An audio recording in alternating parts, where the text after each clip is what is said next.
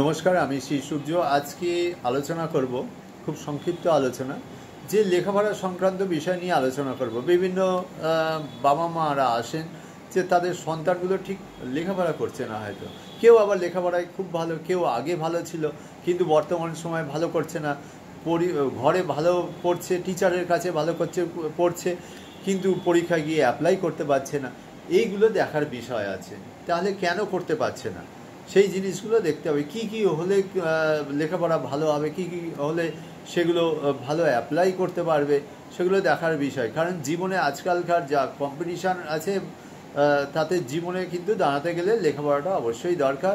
আজকাল বহু কিছু লাইন নিয়ে পড়ার যুগ রয়েছে, সেই জন্যে কর্মক্ষেত্রেও আরও বিস্তার হয়েছে।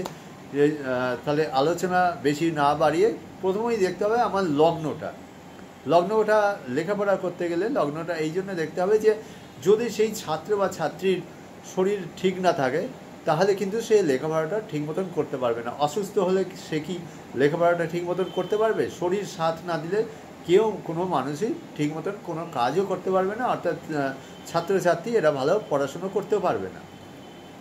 তারপর আসবো লগ্নের দ্বিতীয় ভাব কেন এই জন্য দেখা হবে। দ্বিতীয় ভাব বাক শক্তি, শ্রবণ শক্তি, দৃষ্টিশক্তি।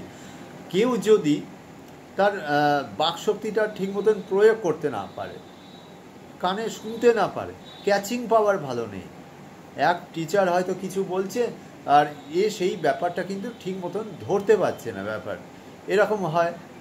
দৃষ্টিশক্তি, চোখের যদি খুব সমস্যা থাকে সেক্ষেত্রেও লেখাপড়ার ক্ষেত্রে বাধা হয়। এরপরে আসবো কি লগ্নের তৃতীয় ভাব বিশ্লেষণ।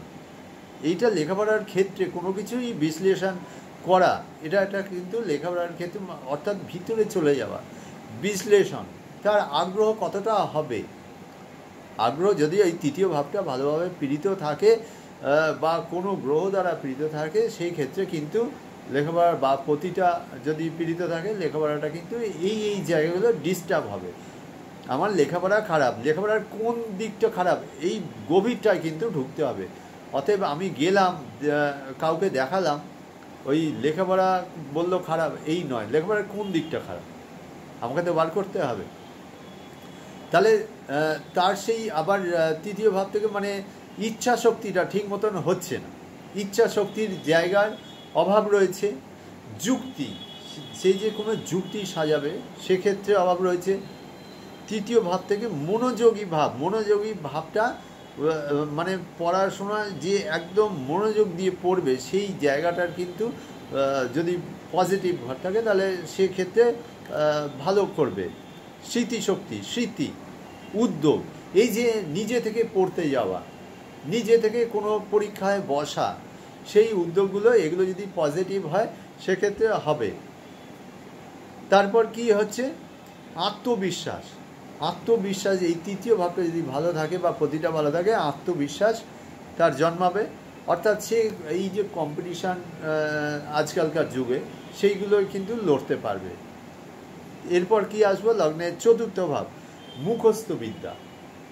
কারণ মুখস্থ বিদ্যা কতটা পাওয়ারফুল এটা দেখতে হবে। সে যে লেখাপড়ার কেন্দ্র অর্থাৎ বিদ্যালয়, কলেজ যেখানেই পড়ুক সেখানে রেগুলার যায় কিনা এইটা দেখতে হবে। রেগুলার যাচ্ছে কিনা, তার নিয়মিত উপস্থিত বুদ্ধি, সাধারণ বুদ্ধি দ্বারা শিক্ষা একদম সিম্পল। দেখবেন কোনো ছাত্রছাত্রী খুব সিম্পল একদম বুঝে যায় অল্পতে। মনোসংযোগটা সে পড়ায় দিচ্ছে কিনা, পড়ার অভ্যেসটা ঠিক মতন তৈরি করছে কিনা, এগুলো কিন্তু চতুর্থ ভাব থেকে দেখা হয়ে যাবে। এরপরে আসবো পঞ্চম ভাব। কেন দেখবো পঞ্চম ভাব? এই জন্য দেখবো ক্ষুরধার বুদ্ধি, মানে একটুতে অনেকে দেখবেন যে চট করে সব কিছু ধরে ফেলছে, অনেকে আবার অনেক কিছু মাথা ঘামিয়েও কিছু করতে পারছে না। মেধা, এই যে যেরকম বললাম ক্ষুরধার বুদ্ধি, মেধা, অন্তর্দৃষ্টি, ভিতর থেকে একদম একটুতে সব কিছু বুঝে ফেলা, এই অ্যাপ্লাই যে ব্যাপারটা থাকে এই জিনিসটা করা, অন্তর্দৃষ্টি অ্যাকচুয়ালি সেই জিনিসটা খুব পাওয়ারফুল হবে।